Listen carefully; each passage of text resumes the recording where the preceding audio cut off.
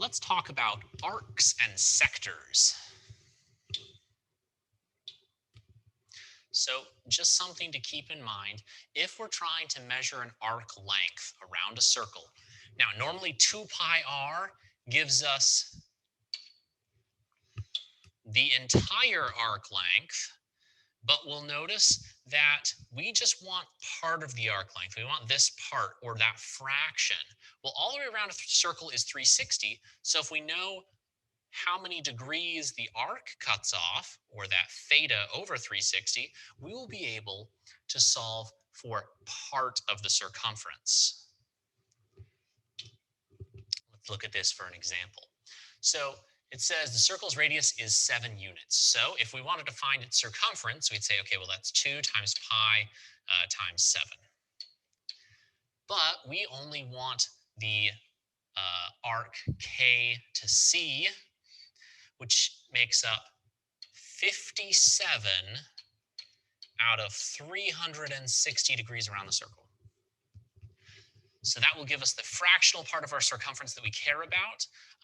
For this problem, it says to use 3.14 in place of pi. So we'll do 2 times 3.14 times 7 times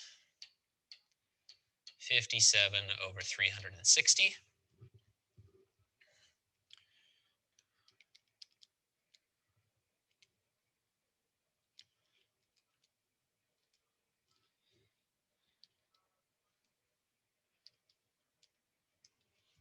And that's going to give me 6.96033. And it says round to the nearest tenth. So this 6 will make the 9 round up, which will give us a total of 7.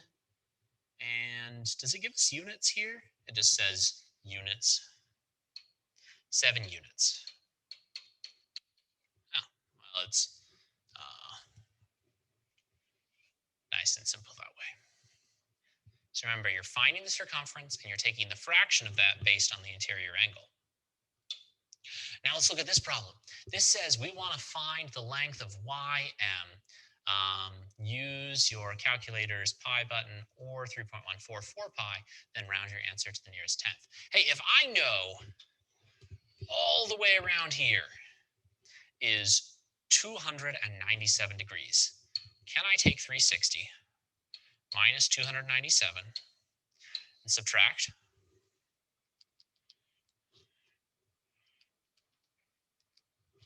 And get 63. So we know this is 63 degrees. Yes, we can. Okay. So next up, what we're going to do is we're going to use that formula. We're going to use that 2 times pi times your radius times your angle divided by 360.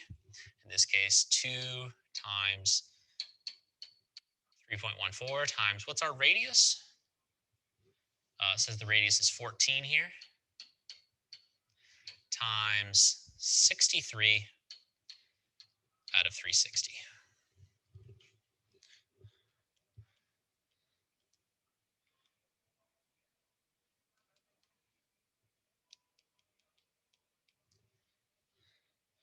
All right, so that's going to be 14. Sorry, I'm just typing it into my calculator. And that'll give me 15.386. So that 3 will make it round up to 0.4. So 15.4 units. That's arc length. Now let's talk a little bit about the difference between a central angle and an inscribed angle. A central angle starts at the center of a circle. Inscribed angle starts on the edge.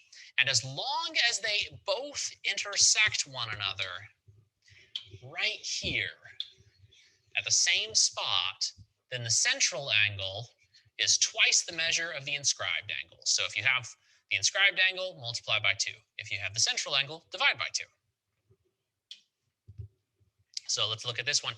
We have the inscribed angle, which means in order to get x, we need to multiply by 2. So 76 times 2 gives me 152 degrees.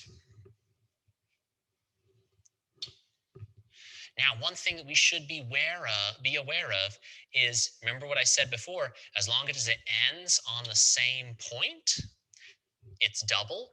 This one ends on the same point. So would this one. It would be prettier if we had what was in red, right? If they didn't overlap. But guess what? It doesn't matter. So if I know that I need a double 54, I'll double 54 because 54 is the inscribed angle. So not the central angle, we have to double it. Times 2, that's going to give me 108. Well, this thing measures 108, which also means that this arc is 108 because the central angle and the arc always have the same measure. Maybe I should write that over here. Our central angle is always equal to the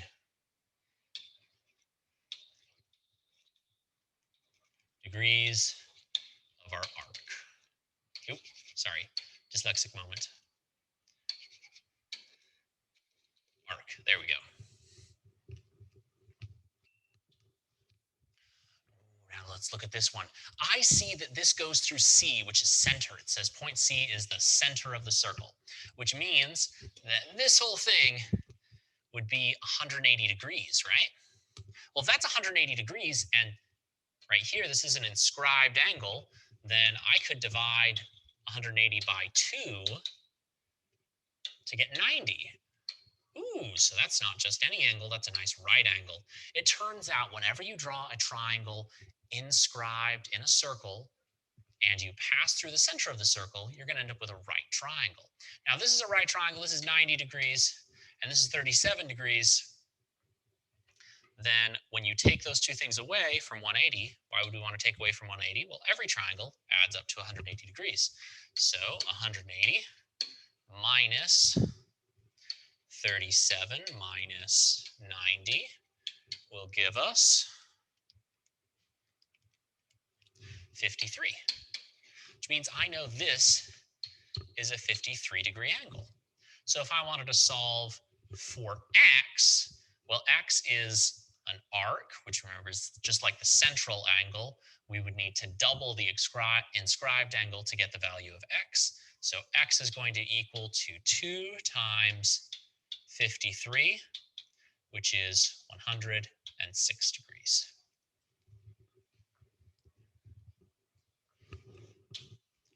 Okay, again, I'm not going to go ahead and derive this. You should, whenever you see this now, recognize that that's a 90-degree angle. Hey, if this is 116 as the arc, I could divide that by 2 to get the inscribed angle. And that's 58.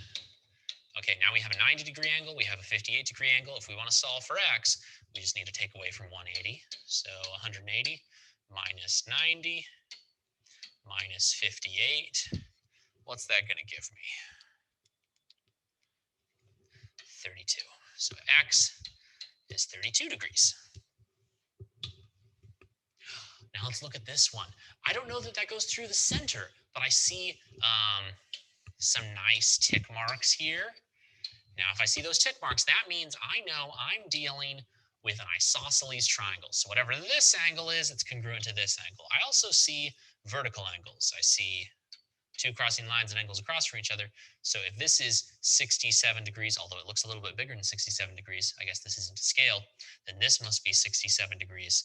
So if I take that 67 degrees away from 180, I could split it up in between these two angles. So 180 minus 67, and we're going to divide that by 2. That's going to give us our value of x.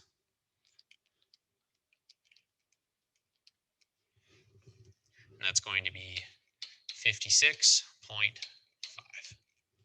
So x is 56.5 degrees. Okay, this one, I see the base angles are marked congruent. If the base angles are marked congruent, we do have another isosceles triangle. So if this is 57 degrees, this is 57 degrees. Oops, what did I say? 55. 57 degrees.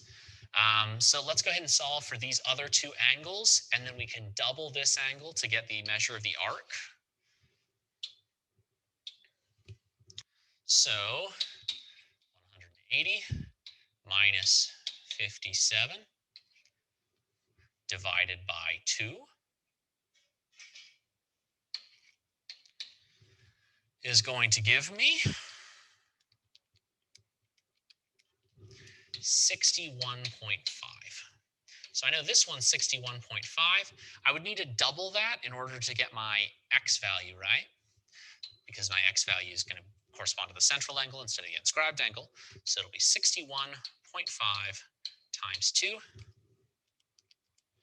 which is 123. That's all for today.